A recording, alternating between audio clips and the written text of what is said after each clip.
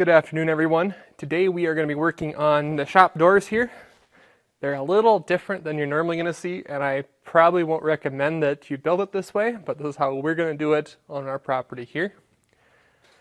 What we're doing is we have a 14 by 14 garage door. The problem that we have, like with a conventional garage door that rolls up, is you need to have space above the door of roughly a foot to 2 feet, depending on the rail, track, and all that, and the opener. So that hangs down off the ceiling. Fortunately, our ceiling is at 14.2, so I don't have any space above my door. So a conventional garage door would eat into our overall clearance quite a bit, and I need every little inch I can get. The reason is I have the backhoe, which is over 12 feet tall. The bus is 12.7. I also need to have the full width for wide objects. Like you don't think you need a big garage door, but when you're carrying material in, like if you have 10-foot sheets of sheet metal that you're trying to bring in the door, a 10-foot door won't work. Even a 12-foot door will be really tight. So having the full 14 feet, or as far as we can get it, will be really useful. To do that, the only real option is either an aircraft hanger style, where you lifts all the way up, which we could do. It's just a lot of work, a lot more engineering involved, and we have to reinforce these posts, and it's a lot of weight hanging out there. And the second option would be 2 sliding doors, which slide on tracks to the outside of the building. I've grown up, my dad had some on his shop. They're not the greatest doors for a heated space. There's always a gap alongside the door, and with the tracks, you can get ice buildup on the ground. You can sometimes end up fighting the doors quite a bit. And we want to put a service door or man door on this side of the building along this wall.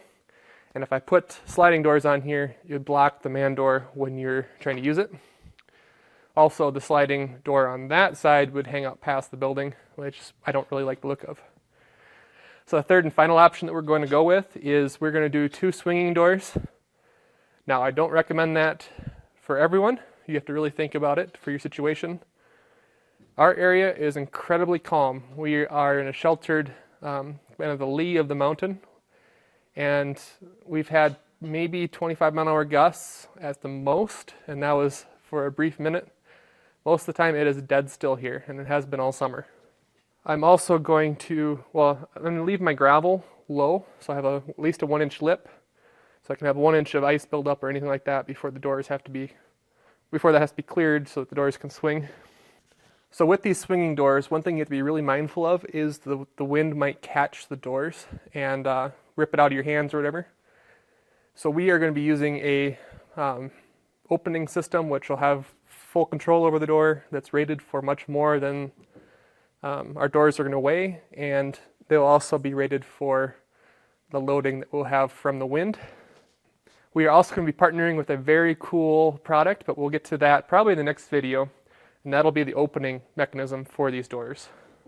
We're also going to put a bunch of hinges on it so that it's strong enough to withstand wind gusts. So with these doors, what I'm going to do is frame them out of 2x6. We're going to frame them as stiff as I can get it, but we're also going to be putting 1/2-inch plywood on the front face, which that will prevent any racking. Once we have that plywood installed, we will be installing just normal pole barn tin, just like the rest of the building. So it won't be a feature of the building, it won't look anything spectacular, but it'll be useful for us. To also keep the door from sagging, we're going to install cable tensioners that will lift up the bottom of the door, but I think the plywood should be stiff enough to hold everything rigid. Also, the doors are only 7 feet wide, so the droop shouldn't be terrible. If I was doing the whole 14 feet, that would be a different story. That would be very hard to engineer correctly. So if you have experience working with custom shop doors or swinging doors or anything like that, let us know what you did in the comment section down below. It's always interesting to see what the creative ways people make this work. Another YouTube couple that I enjoy watching, their name is Ambition Strikes. They did a custom door, but they did a kind of a bifold raising shop door, which is awesome, but it doesn't work in our situation because we need that full height. So let's go build these doors. So after the camera battery died last night, I was able to make significantly more progress on our wall. I have the first one I call it a wall. It's framed like a wall, but it's the door. So we got the first one pretty much done, at least the rough portion of it. And it can set and cure with the glue, and once it's cured, then we'll be able to hang it up. And we're going to frame the other one right on top of it tonight. Let's get started on the next door. So I haven't done framing in a long time, so it took me a little while to remember all the little tricks. One of them is to lay out one of your boards, and then I just clamp the two together, and then I can use a square to transfer my marks to the other board. That way it's a lot less layout, less room for mistakes. So boards are all laid out, and let's get to putting the cross members in.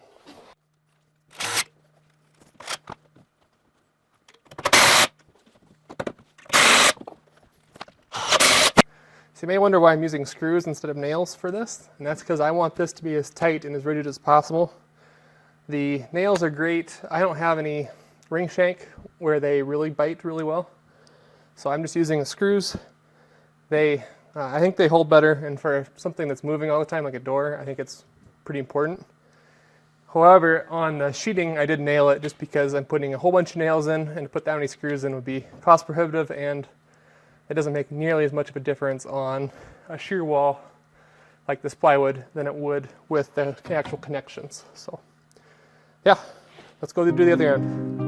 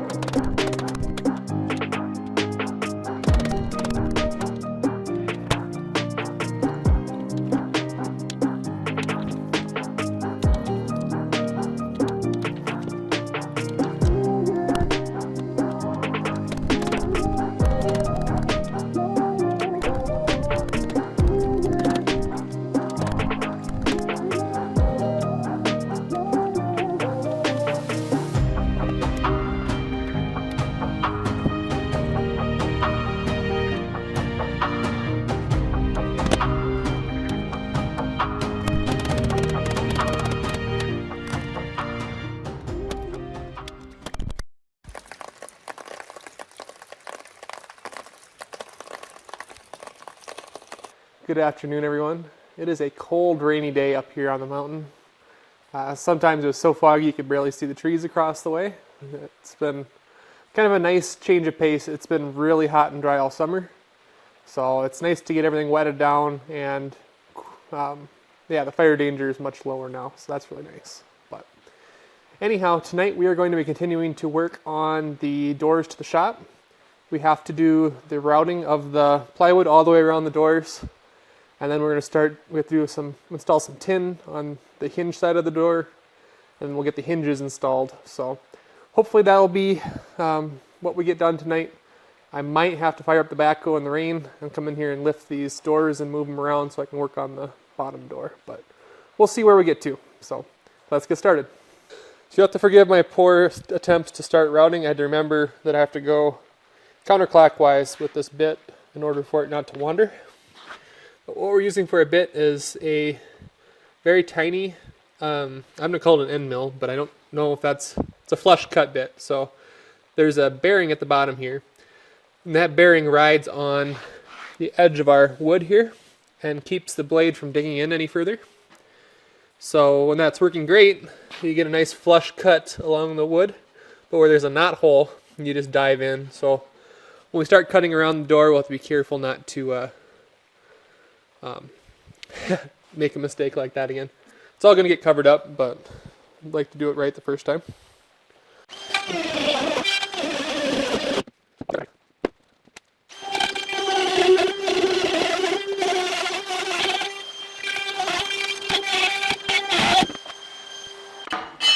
So I forgot that on this side I'll have to use this circular saw because I left out the end 2x6 so we can make sure our doors will close without hitting each other.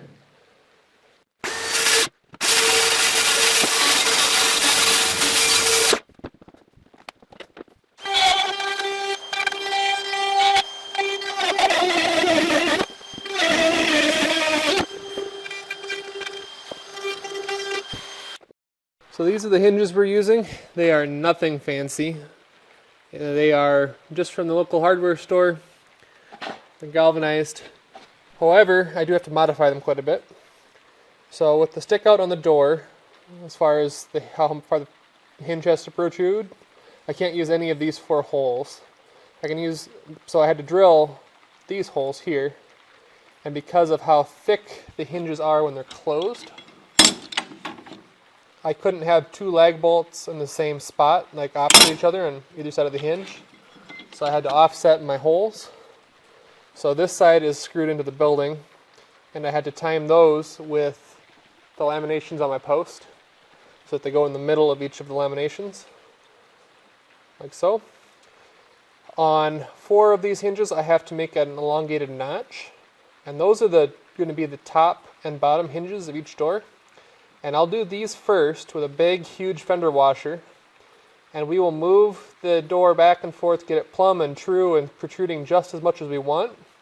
Then we will drill and lag the rest of the holes on the door side, or on the building side. On the door side, we have a much smaller footprint because the door is only a total of 6 inches thick. So I cut down the hinge more on this side, but we had to offset these drill holes in so they didn't hit when they fold. So basically, these are my new holes here and the new holes here. Pretty straightforward, and then I'm just using this template to mark all the rest. I'll show you the bit I'm using to get these nice countersinks and no burrs on here, because that's really handy. So I'm using a step drill bit. So it pilots itself, so you don't have to do a pilot hole, and then it just steps up in different increments. So it even has measurements on it if you know your hole size and you count how many steps you drill in.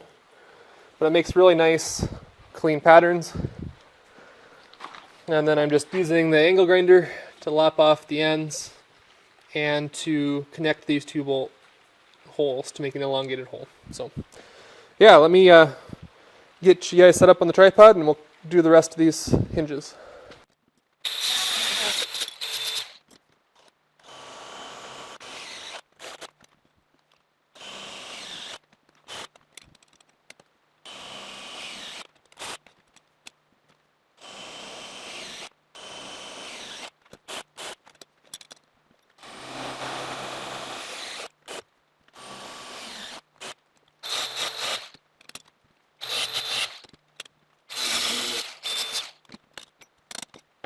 So these hinges have to be mounted basically up like this so that when we have trim on the building,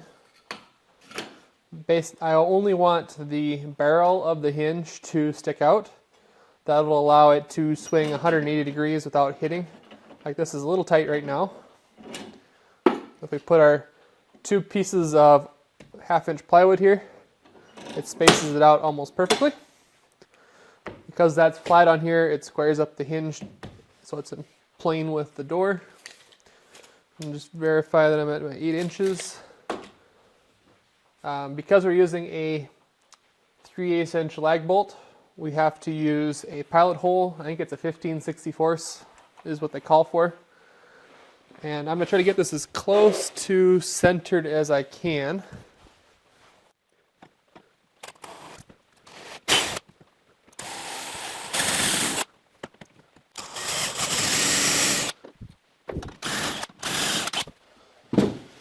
Okay, we have an impact with our lag bolt. I'm just going to get them started. I'm also using a grade 8 washer on it to help distribute the load on the hinge.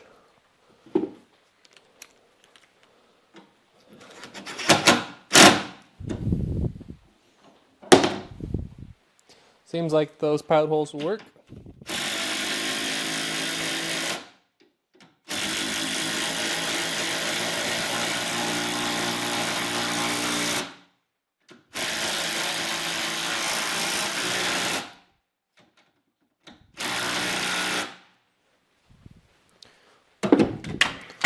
There we go, we got the bottom, or that side done. We'll just get the bottom one now.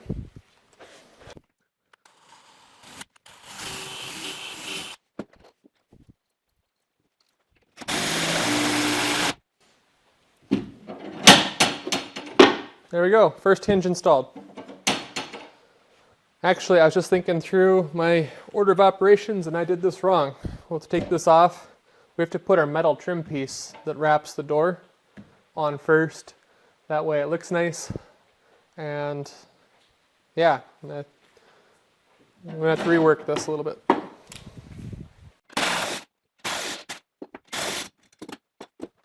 So this is what I forgot to install on the door.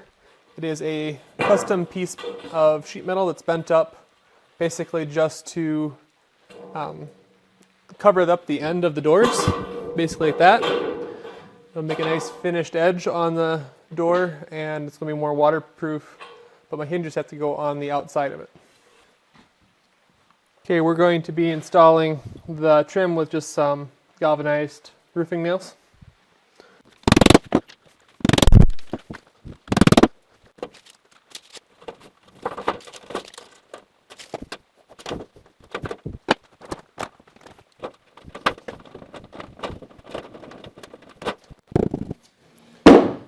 So I'm going to put a small bead of sealant in between the two, or in the gap between the two panels.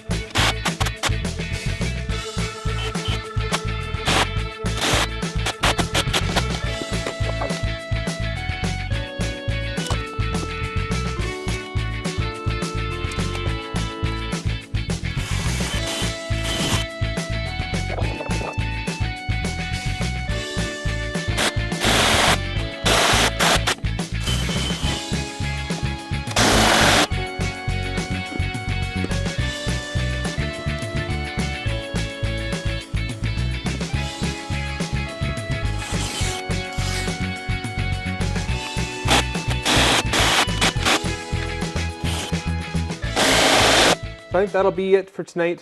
So I probably will wait to install the rest of the trim that wraps the door until it's installed. That way if I ding something up or damage it or try to lift something with the forks on the backhoe, I don't wreck the trim. It'll be a little harder to install when it's up, but I don't see any way around it. So yeah, we will probably pull this one out of the shop first thing tomorrow and then put the next door on some blocks so I can work on it a little easier, and then we'll get that one, yeah, we'll start working on that one, get the hinges on that, and then we can get the doors hung. So that'll be fun.